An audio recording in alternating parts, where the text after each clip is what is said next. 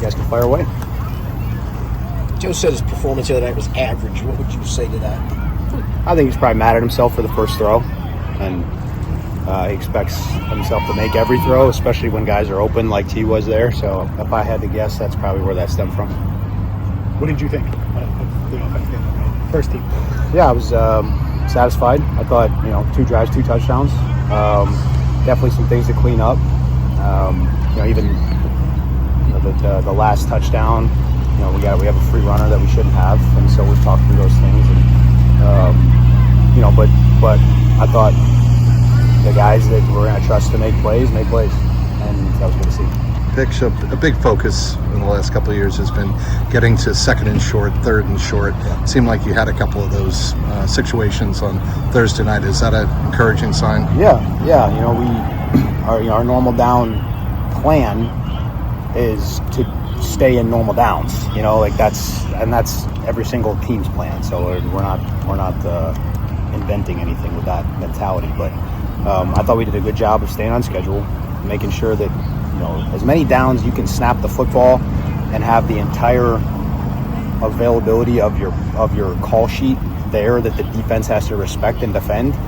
It gives you the best chance to have success. Once they can start eliminating things based on the situation that you put yourself in, now they have a little bit of an advantage. So that's obviously stay on schedule, you'll be in good shape. Jamar seems to get better year over year. What's been the biggest thing you've maybe seen from him in camp so far as to how he's continued to grow? I mean, it's hard, obviously he's coming off a prolific season, one of the best in NFL history. So how do you get better? He's been such a good communicator. With me, with Zach, with Joe, I just really see the guy taking strides in his overall understanding of what we're trying to get done, how he is able to diagnose the defense, react in the moment, give us really good feedback after the fact, suggest things that might help him do his job. Hey, when you line me up here, I'm getting this look. We got to make sure we're calling enough of this to keep the defense honest. Those are things that the steps he's taking as a veteran who's now played a lot of football and is the best in the world at what he does. It's fun to see. It's fun to be around. How Lucas Patrick did? You do in the game the other night or today? In general. Yeah, I thought he played well in the game. There's a couple that he wants back. Obviously, there's a 3rd down quick beat that has been a focus for us that we can't have. And there are a few other things that got a little leaky towards the end of the down. But Lucas plays with great urgency. He plays with great technique. He plays with great awareness. He's a leader. He's a pro. He's a competitor, and he's practiced really well for us. And I thought minus a couple plays the other night, I thought he played well. How do you view swing tackle right now? How do you Swing view that tackle? first swing tackle? Yeah, so we're in the process of sorting through some of that. I know Zach commented on that yesterday. And I know you've seen Cody out there. We moved Jalen in.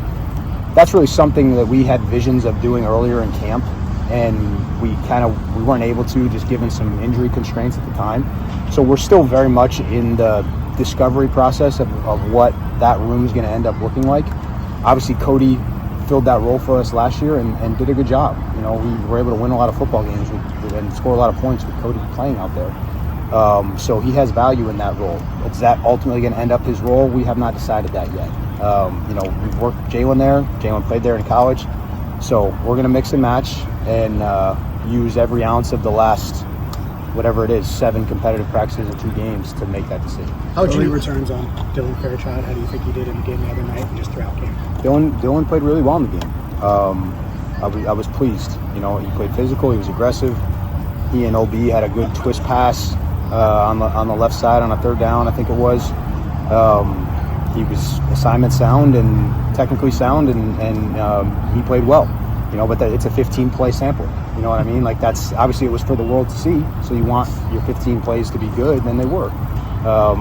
But every day's got to be that. And so he's still going through that process of how do I play to our standard all the time, and he's going to get there. We know he will, and he's got the right people around him to help him. How would you describe Germaine Burton's camp so far?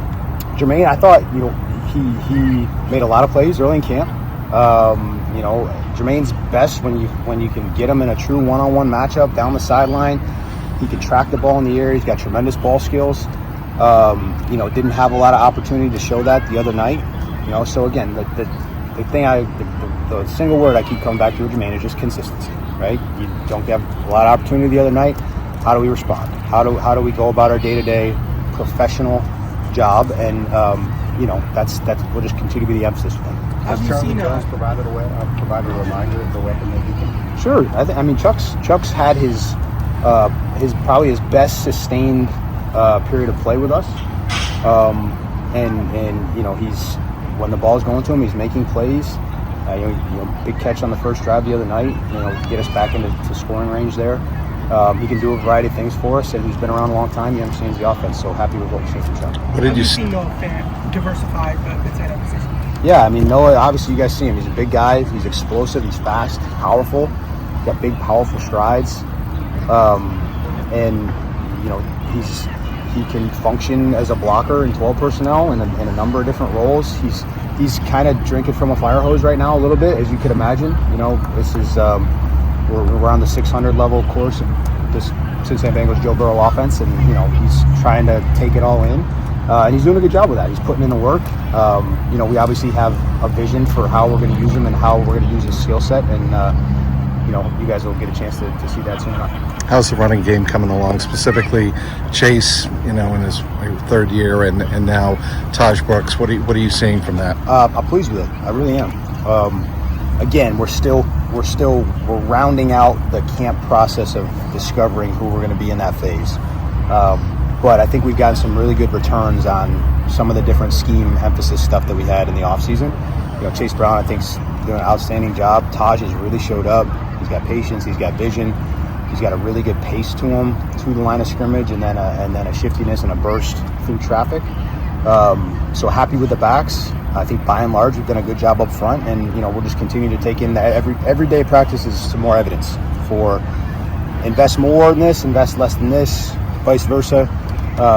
But I think it's moving in the right direction, and we just got to keep it going that way. Just to follow up on that, obviously, we know that with Joe and the receivers, the pass game is always going to be your bread and butter. But what do you think is like a fair way to evaluate the productivity of your run game, knowing that you're not a run-first offense, but when you look and you're trying to see if you guys are being efficient in what areas, what are you looking at? Yeah, I mean, I think there's some different measures.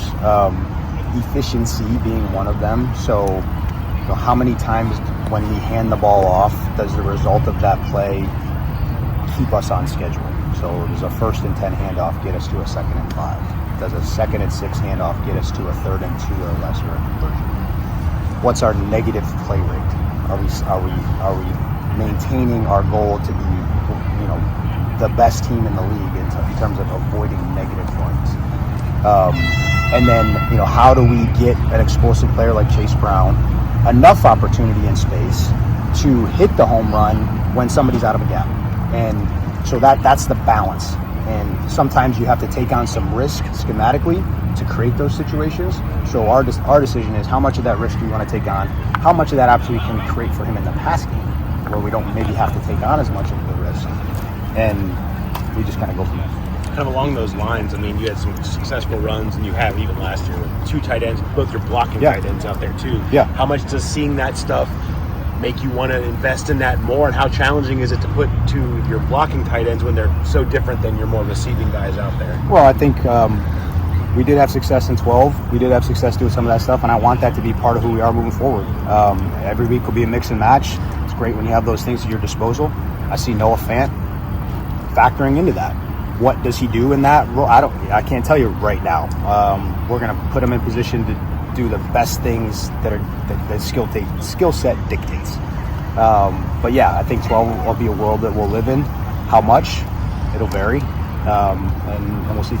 I want to see consistency from Germaine. What can he do during this period that he's out to remain consistent for you?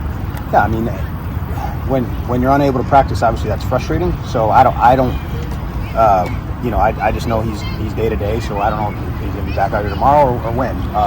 But when you're not able to perform physically, that's only part of your job. So it's staying in the book, it's being engaged in meetings, it's doing all those things that we expect all of our guys to do. How do you? At least one day, you made a point of coming down early and practice and watching the offensive line drills. You may have done that more than once, I don't know. What are you looking for, and is that something you are doing more than you have in the past? Yeah, I've kind of made it a point, I think, to just make sure I'm walking around to every position drill a little bit more than I have in the past. Obviously, my natural inclination is to hang out with the quarterbacks. They don't need me to hang out with them. Brad's a hell of a coach, and they're experienced guys. They know what they're doing. So it's important for the rest of the unit to see me at their drills, and it's important for me to be at their drills to see how they're responding to coaching. Listening to the points of emphasis that their coaches are giving them for the day. And we got great position coaches. I mean, it's a lot of fun. You go watch Troy run his drills. You watch James teach those guys. You watch Scott put his hands on those guys. Jay Hill, just really smart, motivated guys that coach the heck out of their players. And so I like to see them do it. What are the intangibles Jake brings as a backup quarterback? Maybe the numbers weren't what he wanted them to be on Thursday night, but what does he bring to that position? Yeah, I mean, he's just full grasp of the offense. His numbers, whatever, they were what they were. His eyes were in the right place all the time. There's a couple plays he wants back. Obviously, you can't have a screen intercepted. Right. But his eyes are in the right spot, that the ball was going to go to the place that the coverage dictated the ball should go to. And that's because he understands the offense and knows what we're asking out of him. I know he wishes that the stat line was better, and he wishes that we were able to move down the field and score touchdowns, and I think we'll do that with him on Monday night. But full grasp of the offense, excellent. I mean, he's one of the best teammates I've ever been around. He'll be a phenomenal coach if he ever decides he wants to do it. He's an important part of what we do here.